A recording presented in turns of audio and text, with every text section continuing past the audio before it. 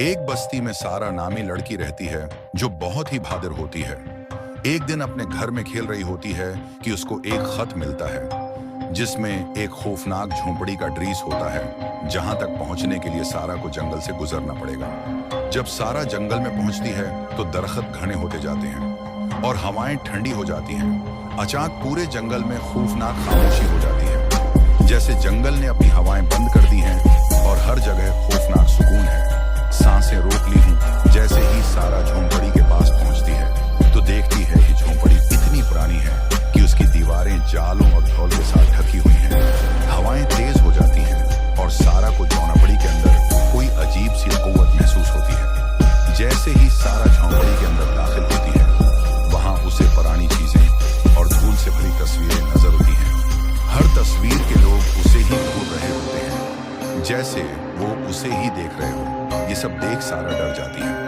अचानक ही सारा को अपने नाम की आवाज हवाओं में गूंजती हुई सुनाई देती है। डर के बावजूद सारा को ये राज जानना होता है। जैसे ही वो आगे बढ़ती है उससे हर तरफ सारे देखते हैं। ये सब देख सारा और डर जाती है, लेकिन वो फिर भी आगे बढ़ती है। उसे अचानक अपने पाँव के नीचे कुछ महसूस होता है। जैसे ही वो नीचे देखती है उसे एक डायरी मिलती है। डायरी को देख के सारा डायरी को पढ़ने की कोशिश करती है। डायरी में लिखी एक दास्तान बहुत दिख भरी होती है, जो एक दुख भरी कहानी को बयान कर रही होती है।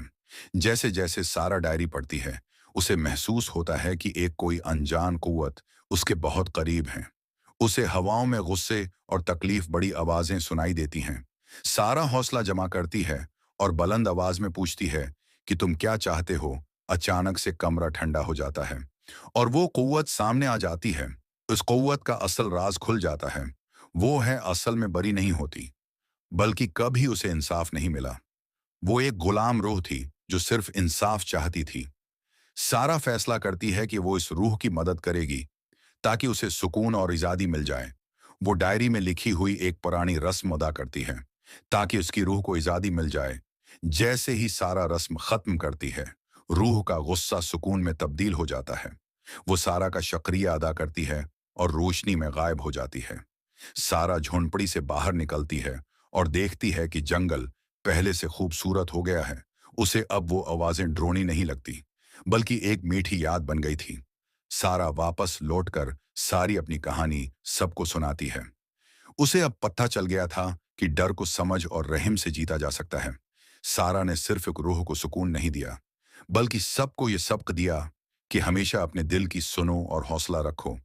जंगल की आवाजें अब भी हैं, मगर अब वो दोस्ती और प्यार की कहानी सुना रही हैं। अगर बच्चों आपको ये कहानी पसंद होती है तो लाइक, सब्सक्राइब, शेयर जरूर करें और याद रखें, हर कहानी के पीछे एक सबक होता है।